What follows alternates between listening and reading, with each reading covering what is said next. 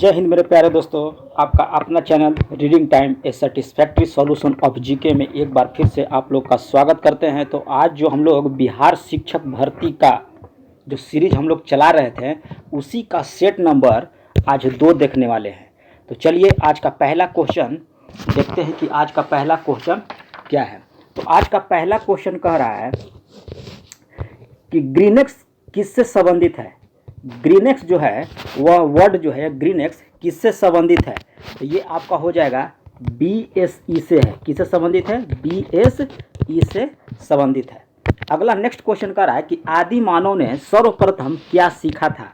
तो आदि मानव ने सर्वप्रथम जो है यह आग जलाने के लिए सीखा था। क्या सीखा था? आदि मानव ने सर्वप्रथम आग जलाने के लिए सीखा था। अगला क्वेश्चन कह रहा है कि निम्नलिखित में से कौन सुमेलित नहीं है। तो देखते हैं। कह रहा है कि लॉर्ड लिटन प्रथम अंगाल अफगान युद्ध में लॉर्ड लिटन थे। गलत है, ये लॉर्ड लिटन नहीं थे। लॉर्ड डफरिन भारतीय राष्ट्रीय कांग्रेस की स्थापना के समय कौन गवर्नर था? तो लॉर्ड डफरिन थे। अवध में विलय कौन था? तो उस समय लॉर्ड डलहौजी का शासन था। और चार्टर एक्ट 1833 जब पास हुआ था तो उस समय लॉर्ड विलियम बेटिंग थे। यानी कि ऑप्शन हो जाएगा हम लोग का ए। अगला क्वेश्चन कह रहा है कि पहिए का आविष्कार जो है किस काल में हुआ था। तो पहिए का आविष्कार जो है हम लोग का हो जाएगा नवपाषाण काल में हुआ था। पहिए का आविष्कार जो है नवपाषाण काल में हुआ था। और वहीं पूछेगा आग जलाना, यानी आग का आविष्कार जो है पूरा पाषाण काल में हुआ था। अगला क्वेश्चन कह रहा है कि मानव द्वारा सर्वप्रथम उपजाया गया अनाज कौन सा था। क्वेश्चन कह रहा है कि मानव द्वारा सर्वप्रथम उपजाया जाने वाला अनाज था वह कौन सा था। तो ये आपका हो जाएगा गेहूं और जौ। अगर सिर्फ ऑप्शन ए रहेगा, जैसे कि गेहूं दे देगा ऑप्शन ए में और ऑप्शन बी में जौ दे देगा, तो आप लोग जौ मारिएगा। अगर दोनों साथ है तो गेहूं और जौ ठीक है, लेकिन जब अलग अलग रहेगा तो सब जौ दीजिएगा आंसर। अगला क्वेश्चन कह रहा है कि सिंधु घाटी सभ्यता के लोग किसकी पूजा करते थे। तो सिंधु घाटी सभ्यता के लोग जो है वह पशुपति की पूजा किया करते थे। नेक्स्ट क्वेश्चन कह रहा है कि सर्वाधिक हल्की गैस कौन सी है। तो सर्वाधिक हल्की गैस जो हो जाएगा हम लोग का हाइड्रोजन। अगला क्वेश्चन कह रहा है कि नोबेल पुरस्कार के संस्थापक अल्फ्रेड नोबेल कहाँ पैदा हुए थे। तो ये आपका हो जाएगा स्वीडन में पैदा हुए थे। कहाँ हुए थे? स्वीडन में पैदा हुए थे। नेक्स्ट क्वेश्चन कह रहा है कि भारतीय संविधान के अनुसार निम्नलिखित में से कौन सा देश के शासन के लिए आधारभूत है। तो ये आपका हो जाएगा राज्य के नीति निर्देशक तत्व जो है भारतीय संविधान के अनुसार जो है देश के शासन के लिए आधारभूत है राज्य के नीति निर्देशक तत्व। अगला क्वेश्चन कह रहा है 10 नंबर कि खालसा पंथ की स्थापना गुरु गोविंद सिंह ने कब की थी। तो खालसा पंथ की स्थापना गुरु गोविंद सिंह ने 1669 ईस्वी में किए थे। अगला क्वेश्चन कह रहा है कि द्वितीय विश्व युद्ध का तत्कालीन कारण क्या था। तो द्वितीय विश्व युद्ध का तत्कालीन कारण जो था ये जर्मनी द्वारा पोलैंड पर आक्रमण किया गया था। उस द्वितीय विश्व युद्ध का कारण था जर्मनी द्वारा पोलैंड पर आक्रमण। और आप लोग कमेंट सेक्शन में ये बताइएगा कि द्वितीय विश्व युद्ध जो है कब से कब तक चला था, और आपके कमेंट का मेरा इंतजार रहेगा। अगला क्वेश्चन कर रहा है कि बैरोमीटर किसको मापने के लिए प्रयोग किया जाता है। तो बैरोमीटर जो है यह दाब मापने के लिए प्रयोग किया जाता है। 13 नंबर क्वेश्चन कह रहा है कि कावेरी नदी का अंत कहाँ होता है। मैंने कावेरी नदी कहाँ जाके विलीन हो जाती है या गिर जाती है। तो यह बंगाल की खाड़ी में जाकर गिर जाती है कावेरी नदी। अगला है कि विश्व पर्यावरण दिवस कब मनाया जाता है। तो विश्व पर्यावरण दिवस जो है यह 5 जून को मनाया जाता है। नेक्स्ट क्वेश्चन कह रहा है 15 नंबर कि ग्रामीण परिवारों को निम्नलिखित में से कौन सी ऋण सुविधा प्रदान करता है, या कौन सी संस्था जो है ग्रामीण परिवारों की ऋण सुविधा प्रदान करता है। तो ये आपका हो जाएगा ये सभी क्षेत्रीय ग्रामीण बैंक भी देता है, नाबार्ड भी देता है, और भूमि विकास बैंक भी जो है ग्रामीण परिवारों को ऋण सुविधा प्रदान करता है। यानी कि ऑप्शन हो जाएगा हम लोग को ऑप्शन डी। अगला क्वेश्चन कर रहा है कि ऑस्ट्रेलिया की राजधानी कहाँ है। तो ऑस्ट्रेलिया की राजधानी हम लोग का हो जाएगा कैनबरा। ऑस्ट्रेलिया की राजधानी कहाँ है? कैनबरा है। अगला क्वेश्चन कर रहा है कि सूची 1 को सूची 2 में मिलाइए। तो इसका खेड़ा का युद्ध कब हुआ था। तो खेड़ा का युद्ध जो हम लोग का हो जाएगा ये हो जाएगा था साहू और मराठा साहू और ताराबाई के बीच हुआ था, खेड़ा का युद्ध हुआ था। और उसके बाद पूछ रहा है कि गिरिया का युद्ध, तो गिरिया का युद्ध हुआ था नवाब सरफराज खां एवं अलवर्दी खां के बीच हुआ था। और वेदरा का युद्ध जो हुआ था, वेदरा का युद्ध हो जाएगा था अंग्रेज और डच के मध्य। और अष्टी युद्ध जो हुआ था बाजीराव द्वितीय और अंग्रेज का बीच युद्ध हुआ था। तो ऑप्शन हो जाएगा हम लोग का ए पर। अगला क्वेश्चन 18 नंबर देख रहे हैं। 18 नंबर कह रहा है कि सेंट टोमे का युद्ध के नाम से भी जाना जाता है, यानी कि कौन सा युद्ध है जो सेंट टोमे के युद्ध के नाम से भी जाना जाता है। तो ये आपका हो जाएगा प्रथम कर्नाटक युद्ध को हम लोग जो है सेंट टोमे के युद्ध के नाम से भी जानते हैं। अगला है कि द लाइफ डिवाइन पुस्तक किसके द्वारा लिखा गया था। तो द लाइफ डिवाइन जो है यह अरविंद घोष के द्वारा लिखा गया था। नेक्स्ट क्वेश्चन का रहा है 20 नंबर क्वेश्चन का रहा है कि कौन सा कथन जो है असत्य है। तो क्वेश्चन का रहा है कि प्रथम अंगाल मैसूर युद्ध में मद्रास की संधि हुई थी।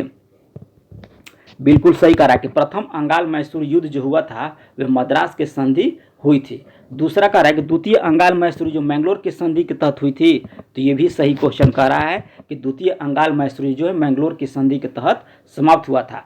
फिर कह रहा है कि तृतीय अंगाल मैसूर युद्ध रंगपट्टनम की संधि हुई थी। तो ये भी सही कह रहा है कि तृतीय अंगाल मैसूर जो युद्ध जो है श्री रंगपट्टनम की संधि के तहत समाप्त हुआ था। यानी कि उपर्युक्त में से कोई नहीं, यानी कि सारा ऑप्शन जो है यानी कि ए बी सी तीनों जो है कथन सही है।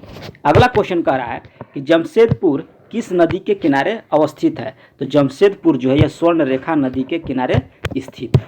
अगला क्वेश्चन कह रहा है 22 नंबर कि भारत के राष्ट्रपति के विरुद्ध महाभियोग की प्रक्रिया कौन प्रारंभ करता है। तो भारत के राष्ट्रपति के विरुद्ध जो महाभियोग की प्रक्रिया जो है ये आपको हो जाएगा संसद के दोनों सदन में से कोई भी सदन जो है राष्ट्रपति के विरुद्ध जो है महाभियोग लगा सकता है। गल्फ स्ट्रीम क्या है। तो गल्फ स्ट्रीम जो हो जाएगा एक समुद्री गर्म जल धारा है। कैसी जल धारा है। तो गल्फ स्ट्रीम एक समुद्री धारा है, लेकिन पूछेगा कि गर्म है कि ठंडा है, तो ये हो जाएगा गर्म जल धारा है।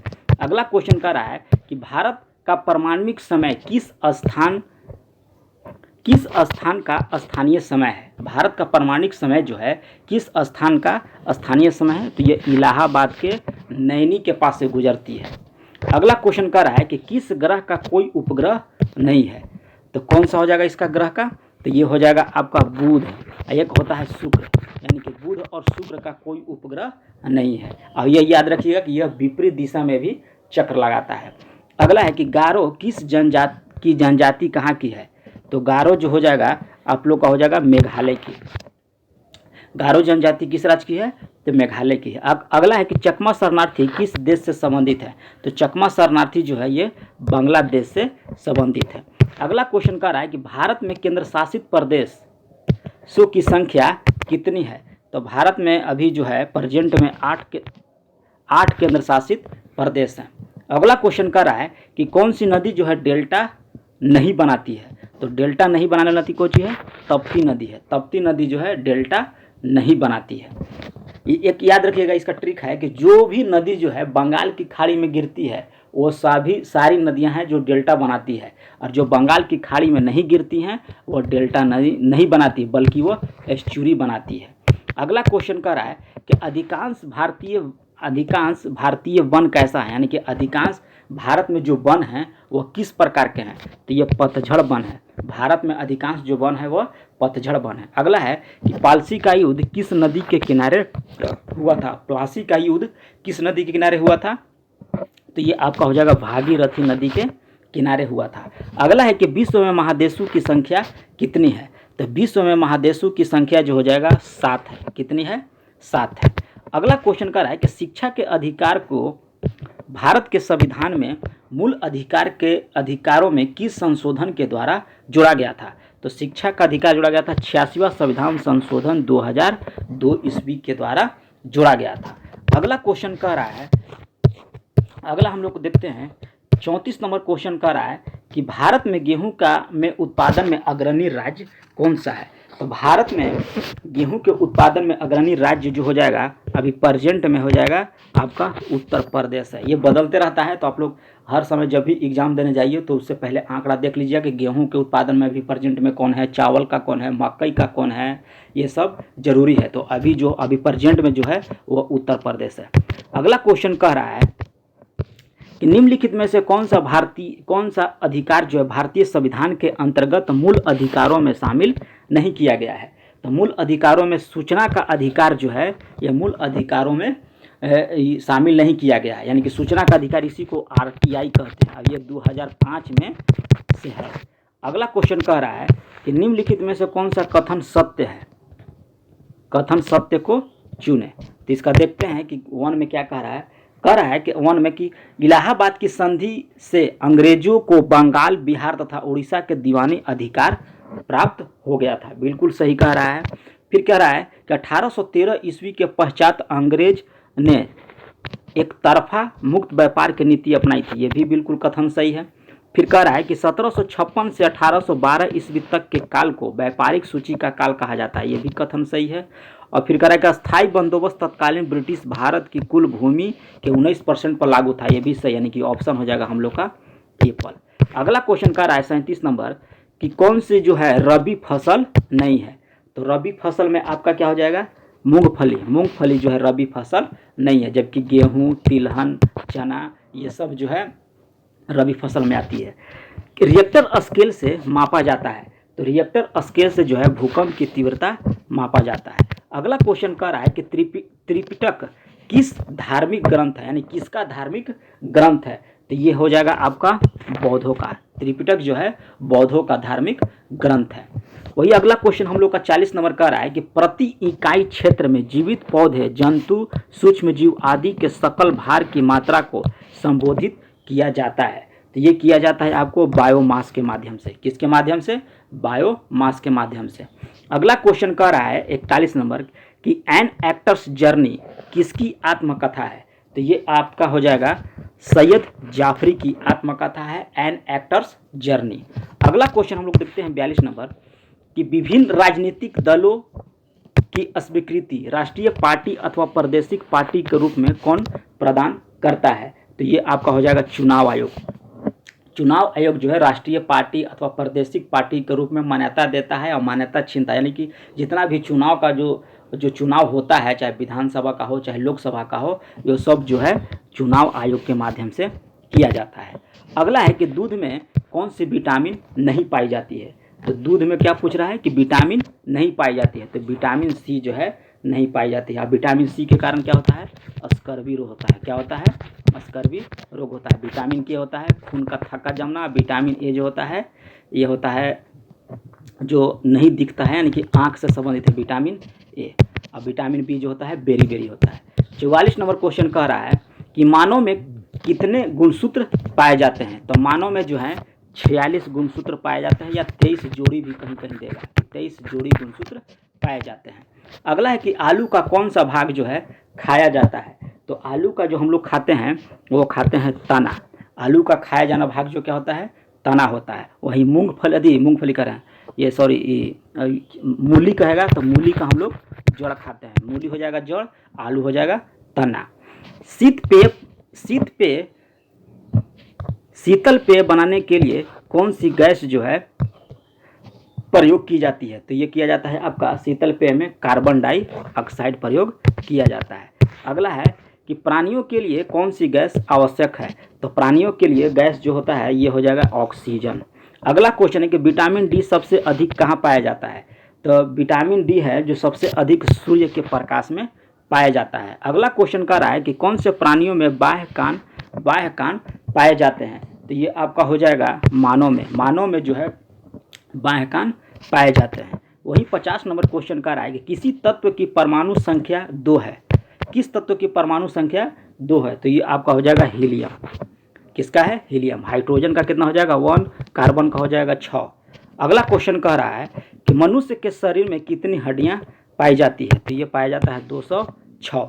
अगला है कि स्पेक्ट्रम के 7 रंगों में सबसे अधिक तरंगदैर्घ्य किसका होता है? तो सबसे अधिक तरंगदैर्घ्य लाल रंग का होता है और सबसे कम किसका होगा?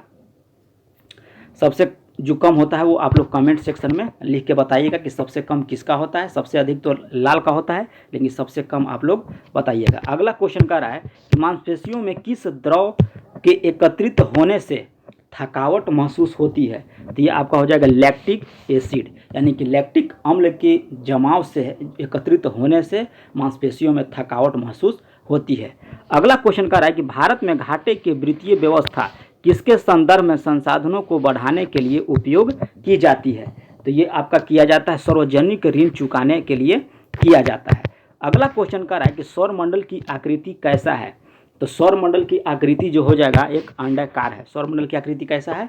अंडाकार है। वहीं कह रहा है क्वेश्चन कि किसी धातु तरल अवस्था में पाई जाती है। कौन सी धातु जो है यह तरल अवस्था में पाई जाती है? तो पारा जो होता है तरल अवस्था में पाया जाता है और पारा का जो संकेत होता है वो Hg होता है। अगला क्वेश्चन कह रहा है कि प्रोड्यूसर गैस किस गैस का मिश्रण नहीं होता है? तो प्रोड्यूसर गैस में कार्बन मोनोऑक्साइड का मिश्रण नहीं पाया जाता है। अगला क्वेश्चन कह रहा है कि अलग अलग रहने वाले स्वावलंबी गांव के कवच को इस्पात की रेल ने भेद दिया और उसकी प्राण शक्ति को छीन कर दिया है। यह कथन किस लेखक का है? तो ये आपका आंसर हो जाएगा D.H. बुकानन का है। D.H. बुकानन ने कहा था कि अलग अलग रहने वाले स्वावलंबी गांव के कवच को इस्पात के रेल ने भेद दिया और उसकी प्राण शक्ति को छीन कर दिया है। अगला क्वेश्चन कह रहा है कि भारत अंतरिक्ष युग में कब शामिल हुआ था? तो ये आपका हो जाएगा 1975 ईस्वी में भारत जो है अंतरिक्ष युग में शामिल हुआ था। 60 नंबर क्वेश्चन हम लोग को कह रहा है कि जीवन के लिए सबसे विषैला गैस कौन सा है? तो जीवन के लिए सबसे विषैला गैस जो होता है CO, यानी कि कार्बन मोनोऑक्साइड होता है। अगला है कि ओजोन परत कौन सी किरणों को अवशोषित कर लेती है? तो ओजोन परत जो है पराबैंगनी किरणों को अवशोषित कर लेती है। वहीं 62 नंबर क्वेश्चन कह रहा है कि लौह अयस्क प्रकृति में किस अवस्था में पाए जाते हैं? तो लौह अयस्क जो है यह प्रकृति में ऑक्साइड के रूप में पाए जाते हैं। अगला क्वेश्चन कह रहा है 63 नंबर कि कौन सा पदार्थ पोषक नहीं है? कौन सा पदार्थ जो है पोषक नहीं है? तो हार्मोन जो है पोषक नहीं है। वहीं वसा, विटामिन और प्रोटीन जो है ये पोषक पदार्थ है, लेकिन हार्मोन जो है पोषक पदार्थ नहीं है। प्रोटीन जो है शरीर को वृद्धि जो होता है उसको वृद्धि करने में सहायक करता है प्रोटीन। अगला क्वेश्चन कह रहा है कि समुद्र के पानी में सबसे अधिक लवण कौन सा है? तो समुद्र के पानी में सबसे अधिक लवण जो होता है यह सोडियम क्लोराइड होता है, यानी कि NaCl होता है। अगला क्वेश्चन कह रहा है कि खाने वाले सोडे का रासायनिक नाम क्या है? तो खाने वाला सोडा का रासायनिक नाम जो होता है यह सोडियम बाइकार्बोनेट होता है। वहीं धोने वाला कहेगा तो सोडियम कार्बोनेट और खाने वाला कहेगा तो सोडियम बाइकार्बोनेट। अगला क्वेश्चन कह रहा है 66 नंबर कि जब किसी झील की तली से उठकर वायु का बुलबुला ऊपरी सतह पर आएगा तो उसका आकार क्या होगा? तो उसका आकार जो है बढ़ जाएगा। वह धीरे छोटा होता है, जिस तली पाएगा उसका आकार जो है बढ़ा जाएगा और फिर लास्ट में क्या होता है वो फूट जाता है। अगला क्वेश्चन कह रहा है कि आरंभिक वैदिक साहित्य में सर्वाधिक वर्णित नदी कौन सी है? आरंभिक वैदिक साहित्य में सर्वाधिक वर्णित नदी कौन सी है? तो ये आपका हो जाएगा सिंधु नदी। सिंधु नदी जो है वैदिक साहित्य में सर्वाधिक बार वर्णन किया गया है। अगला है कि भारत में निम्नलिखित में से किसके योग से सुलभ मुद्रा बनती है? क्वेश्चन कर रहा है कि भारत में निम्नलिखित में से किसके योग से सुलभ मुद्रा बनती है? तो ये बनती है आपको जनता के पास करेंसी से और जनता की मांग की जमा राशि से और RBI में अन्य जमा राशि से, यानी कि ऑप्शन हो जाएगा हम लोग को D। अगला क्वेश्चन कह रहा है 69 नंबर कि जब किसी दर्पण को थीटा कोण से घूर्णित किया जाता है तो परावर्तित किरण का घूर्णन कितना हो जाएगा? तो ये आपका हो जाएगा 2 थीटा। अगर थीटा कोण से घूर्णन हो रहा है तो परावर्तित किरण का घूर्णन जो हो जाएगा उसका डबल, यानी कि 2 थीटा दिखाई देता है। अगला क्वेश्चन कह रहा है कि 1922 ईस्वी में साराबंदी यानी कि कोई कर नहीं अभियान का नेतृत्व किसने किया था? तो साराबंदी अभियान का नेतृत्व 1922 ईस्वी में यह वल्लभ भाई पटेल के माध्यम से किया गया था। अगला क्वेश्चन कह रहा है कि रेडियो तरंग के विक्षेपण के लिए वायुमंडल के निम्नलिखित स्तरों में से कौन सा स्तर उत्तरदायी होता है? तो ये हो जाएगा आपका आयन मंडल। रेडियो तरंग के विक्षेपण में किसका उत्तरदायी होता है? तो आयन मंडल का होता है। समताप मंडल का कहेगा तो वहीं जो आपका जितना भी वायुयान जो है यह समताप मंडल में उठते हैं। अगला क्वेश्चन कह रहा है कि भारत के निम्नलिखित क्षेत्रों में से कौन सा पारिस्थितिकी उष्ण स्थल माना जाता है? तो यह माना जाता है पश्चिमी घाट को माना जाता है। अगला क्वेश्चन देख रहे हैं 73 नंबर क्या कह रहा है कि भारत के लिए संविधान की रचना हेतु संविधान सभा का विचार निम्नलिखित में से सर्वप्रथम किसने प्रस्तुत किया था? तो ये स्वराज पार्टी के द्वारा 1934 ईस्वी में प्रस्तुत किया गया था। अगला क्वेश्चन कह रहा है कि कुल आंतरिक परावर्तन होता है जब प्रकाश जाता है, तो ये हीरे से कांच में जब जाएगा तो कुल आंतरिक परावर्तन होता है। अगला क्वेश्चन कह रहा है 75 नंबर कि निम्नलिखित में से कौन सा गुप्त काल में अपनी आयुर्विज्ञान शिखर रचना के लिए जाना जाता है? कब पूछ रहा है? गुप्त काल का। तो ये आपका हो जाएगा सुश्रुत। क्या हो जाएगा? सुश्रुत हो जाएंगे। अंडमान और निकोबार द्वीप समूह का सर्वोच्च शिखर प्लान शिखर कहाँ स्थित है? तो ये आपका हो जाएगा 76 नंबर का उत्तरी अंडमान में स्थित है। अगला क्वेश्चन कह रहा है कि निम्नलिखित में से किस मूर्ति कला में सदैव हरित स्तरित चट्टान का प्रयोग माध्यम के रूप में होता था? तो ये आपका हो जाएगा भरहुत मूर्ति कला का होता था। अगला है कि मुगल चित्रकला किसके राज्यकाल में अपनी पराकाष्ठा पर पहुंची थी? मुगल चित्रकला कह रहा है तो मुगल चित्रकला जो है जहांगीर के शासन काल में जो था वो सबसे पराकाष्ठ पर पहुंचा था। अगला क्वेश्चन कह रहा है 79 नंबर कि इलाहाबाद की संधि के संबंध में कौन सा कथन सही नहीं है? तो इलाहाबाद के संधि के समय कह रहा है तो मुगल बादशाह ने हर्जाने के रूप में अंग्रेजों को 50 लाख दिया था। ये क्वेश्चन संबंधित नहीं है, यानी कि ऑप्शन हो जाएगा हम लोग को डी। अगला क्वेश्चन कह रहा है 80 नंबर कि निम्नलिखित में से कौन सा प्राचीन भारत में शैव संप्रदाय था? तो ये आपका हो जाएगा मतम्यूर। मतम्यूर जो है यह प्राचीन भारत में शैव संप्रदाय था। अगला है कि निम्नलिखित में से कौन सा दादा भाई नौरोजी के उत्सरण सिद्धांत में विश्वास नहीं करता था? तो ये आपका हो जाएगा सर सैयद अहमद खान जो है दादा भाई नौरोजी का उत्सरण सिद्धांत में विश्वास नहीं करता था। अगला क्वेश्चन कह रहा है कि 1756 ईस्वी में बंगाल के नवाब ने किस स्थान को जीतने के पश्चात उसका नाम अलीनगर रख दिया था? तो ये आपका हो जाएगा कलकत्ता। किसका हो जाएगा? कलकत्ता। अगला क्वेश्चन कह रहा है 83 नंबर कि नवंबर 1946 ईस्वी में डॉक्टर भीमराव अंबेडकर संविधान सभा के लिए कहाँ से निर्वाचित हुए थे? तो ये आपका हो जाएगा बंगाल से निर्वाचित हुए थे 1946 ईस्वी में। अगला है कि छिछले हैंडपंप से पानी पीने वाले लोगों को नीचे लिखे किन रोगों की होने की संभावना होती है? तो ये आपका हो जाएगा फ्लोरोसिस। फ्लोरोसिस जो होता है छिछले हैंड पाइप से अगर लोग पानी पी लेगा मानव तो फ्लोरोसिस होने की संभावना होती है। अगला क्वेश्चन कह रहा है कि कांग्रेस समाजवादी दल का प्रमुख नेता कौन था? तो कांग्रेस समाजवादी दल के प्रमुख नेता जो थे आचार्य नरेंद्र देव थे। अगला है 86 नंबर कि निम्नलिखित में से कौन सा रूपांतरित स्तंभ है? तो रूपांतरित स्तंभ हो जाएगा आलू। क्या हो जाएगा? आलू हो जाएगा। अगला है कृष्ण जीवन परक प्रेम वाटिका काव्य की रचना किसने किया था? तो ये आपका हो जाएगा रस खान के द्वारा किया गया था प्रेम वाटिका काव्य की रचना। अगला 88 नंबर कि निम्नलिखित में से कौन सा 19वीं सदी के उत्तरार्ध में लिखा हुआ महत्वपूर्ण ऐतिहासिक उपन्यास है? तो ये आपका होगा दुर्गेश नंदिनी। अगला है कि निम्नलिखित में से कौन सा पौधे के लिए अनिवार्य सूक्ष्म पोषक तत्व नहीं है? तो ये हो जाएगा अनिवार्य रूप से सोडियम की जरूरत नहीं होती है। अगला क्वेश्चन कह रहा है कि स्वतंत्रता प्राप्ति के बाद किसने यह सुझाव दिया था कि भारतीय राष्ट्रीय कांग्रेस को समाप्त कर दिया जाना चाहिए?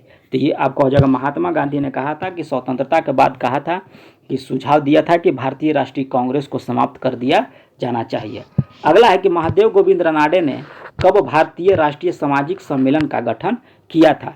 तो ये किया था 1883 ईस्वी में महादेव गोविंद रानाडे ने भारतीय राष्ट्रीय सामाजिक सम्मेलन का गठन किया था। 92 नंबर क्वेश्चन कह रहा है कि ऑस्ट्रेलिया के प्रधानमंत्री बॉब हॉब की पहल पर एशिया प्रशांत आर्थिक सहयोग यानी अपेक का गठन कब किया था? तो ये आपका हो जाएगा 1889 ईस्वी में किया था। अगला है कि लोक सेवक दल की स्थापना का सुझाव किसने दिया था? तो लोक सेवक दल की स्थापना का सुझाव जो है यह महात्मा गांधी के द्वारा किया गया था। अगला 94 नंबर क्वेश्चन का रहा है कि माउंटबेटन योजना के अंतर्गत पहली बार भारत विभाजन एवं पाकिस्तान निर्माण को स्वीकार किया गया?